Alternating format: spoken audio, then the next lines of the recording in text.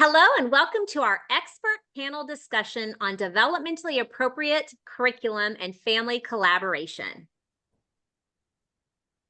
We kindly request your attention for a brief moment in the spirit of transparency and utmost respect for our early childhood community. We have some information we'd like you to read on this disclaimer screen. By taking a few moments to read through the disclaimer, you empower yourself with very important information regarding the boundaries of our knowledge sharing environment. Please take a moment to read through this slide also. Then together we will embark upon an exciting topic in early childhood education.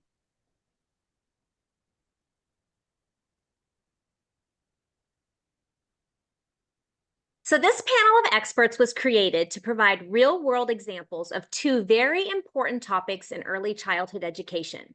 First, the role of play and hands-on experiences in DAP curriculum, and second, effective partnerships with families. Thank you so much for being here today, panel. Would you just introduce yourself and say how many years you've been in education and also how many years you've been at UAGC? Cindy. Hi, I'm Cindy Tarabush. I have worked in early education for, we'll just say, more than 20 years. And I have been with UAGC as an associate faculty member for about 5 years or so. Thank you. Sarah. Hi, I'm Sarah McBride, and I've been with UAGC for over 10 years as an adjunct faculty member. And prior to that, I was in preschool and elementary settings for a few years. It was about 7 or 8 years. Thanks. How about you, Rich? Yes, I've been at UAGC for about 12 years now, and this is actually my 54th year in education. Began as a special ed teacher back in 1971. That's amazing. We have some great experience here. So let's just start with the first question. We wanted to ask, why are play and hands-on experiences important in a developmentally appropriate curriculum? And do you have any examples? So Cindy, can I start with you? Sure. It's very important that children play and have hands-on experiences because of where they are in their stages of development. They are concrete thinkers who we now understand can be curious about things that they have experienced. And young children experience things through their senses. It's where they are, and they need to be hands-on using things in order to understand the world around them. And they relate much more to that. That's what helps them to be curious when they've touched something, used something, seen something, and it's their curiosity that drives education. An example of the importance of using hands-on interactions with children would be two classes that I once observed. In one, they were both learning about transportation. I walked into one class and the teacher had pictures of different types of transportation. So she was holding up the pictures and the children were saying, that's a bus, that's a plane. And it was pretty quickly, the children started to seem a little antsy and bored and were looking around the room. And all she could really do with those pictures was have them name it and maybe say a little thing about it. I walked into the next class and they had a bicycle bell. They had a tire from a bicycle. They had lots of hands-on things like that. And the children were exploring it, asking questions about it. The teacher was able to add to their knowledge based on how they were exploring the items. So there was so much more enriching conversations taking place. That's a great point that you said they're concrete thinkers. And so they don't think of abstract, they're concrete and they need that hands-on. What do you think, Sarah? Well, and to Cindy's point, she mentioned that kids are early education children are very curious. And so we need to capitalize on that curiosity as they're growing and learning and starting to make those connections with their environment. So one of the best ways to make sure that you include developmentally appropriate activities is to make sure that you're connecting that learning with their environment. And they are not able to think abstractly because they're not quite old enough yet. They haven't had those experiences. They haven't had that development yet. So everything needs to be extremely specific and concrete and in front of them, and they need to be able to manipulate with their hands, and they need to be able to experiment and explore. So one example of being able to do that would to have a shape hunt in the classroom where the children go around and they look for things in their natural environment that are of specific shapes. And it's amazing what they can come up with. They will come up with like the smallest little speck on a wall and notice that it's the shape of a circle. Or they'll go with something bigger with like a bookshelf and they'll say, this looks like a rectangle. So it's important to make sure that they are able to connect their learning. So not only do they see a drawing of a triangle and a circle, they're able to see what that looks like in the real world. That's funny because you kept saying they need to connect. And Rich, I have seen you teach your classes at UAGC, and you always make videos for the students. And something you say in the videos is, I was just thinking of this, which connects to this week's learning. And so this moves right into you because I see you make this connection with your college students. So how do you do that in early childhood? Well, I appreciated hearing the connection from both from Sarah and yes, you're gonna have to delete that, aren't you?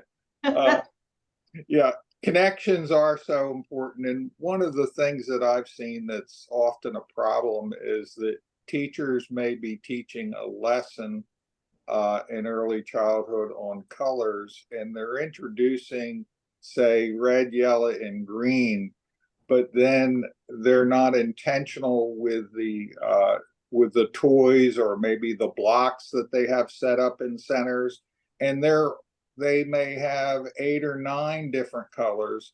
And for a student in the lowest developmental ages, can become confused with that. So it's important for teachers to set up the support materials in their classroom to match or connect to the lessons they're currently teaching, whether it be colors, numbers, shapes, or whatever the case might be. So not overwhelming, just bite-sized chunks that they can understand developmentally. Yes, and selection of materials by teachers needs to be very intentional to be sure that the materials are developmentally appropriate for the lessons that they're teaching at the time. And yes, cut back the clutter. That is true. All right, I want to change the topic a little bit here. The next question we had is, what is one strategy you found to promote effective communication and collaboration with families? Cindy, I'm going to start back at you. Right from the beginning of our time with families and when we meet them, we need to acknowledge out loud to them that they are the experts on their children and draw them into a partnership. They are the experts, no matter how many hours we may spend with their children, because we only know them in one setting and their families know them everywhere else. Plus, they know what experiences they've had, their cultural priorities, the values that they're raising their children with. So we have to acknowledge that from the beginning, because often families feel like they don't know as much as us about their children, but that's not the case. So when we put them on an equal footing, we explain, we need the information that you have, especially because children behave differently in different places. So we need to know, in order to have a full view of your child, what is happening with your child at home? What are you observing? We'll share our observations, and this way we're partners in the process of early education with your child. That's a great point, that we might be the experts in the classroom, in the child's behavior in the classroom, but there are so many other settings that we've never seen the child in and we don't understand. Sarah, what do you have to say about that?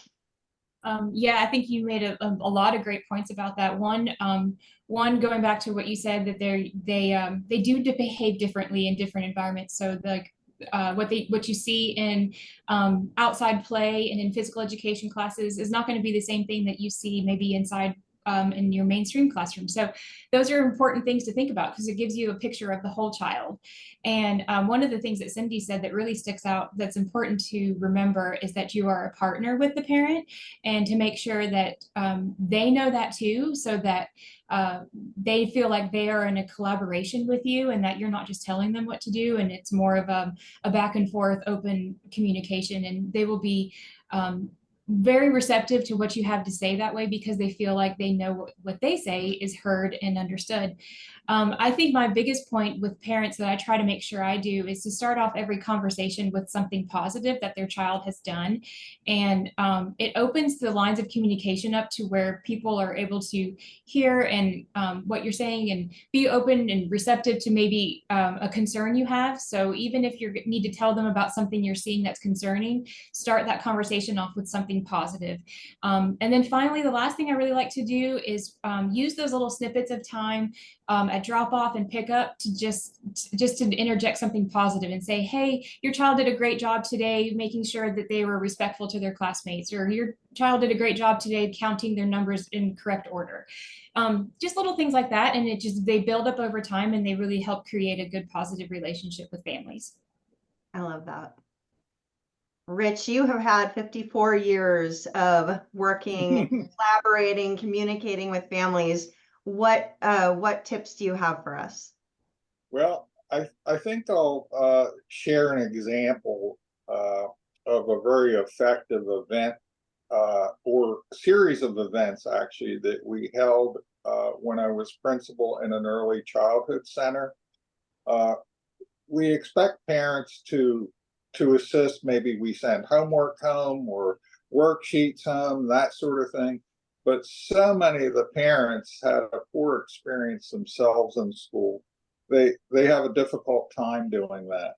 So one of the things that we did was we had a morning, an afternoon, and an evening session.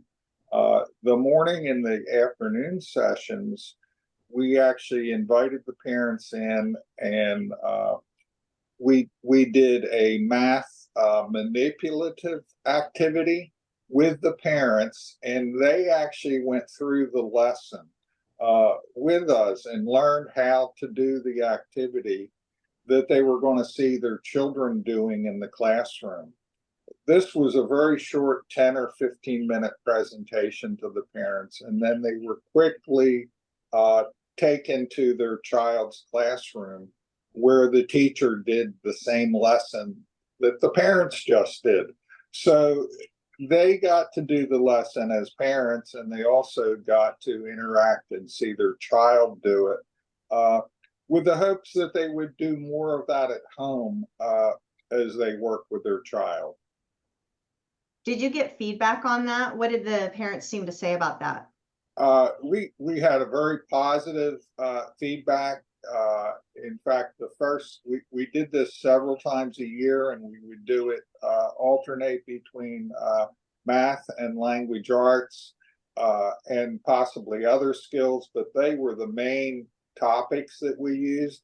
And actually by the second or third sessions that we did, the attendance basically doubled in the morning and the afternoon sessions. We also did those evening sessions because, of course, some parents are working during the day. They were not as effective because there was no follow-up to going to a live classroom after those sessions. So we encourage those parents to try to come later or at another time and get into the classroom.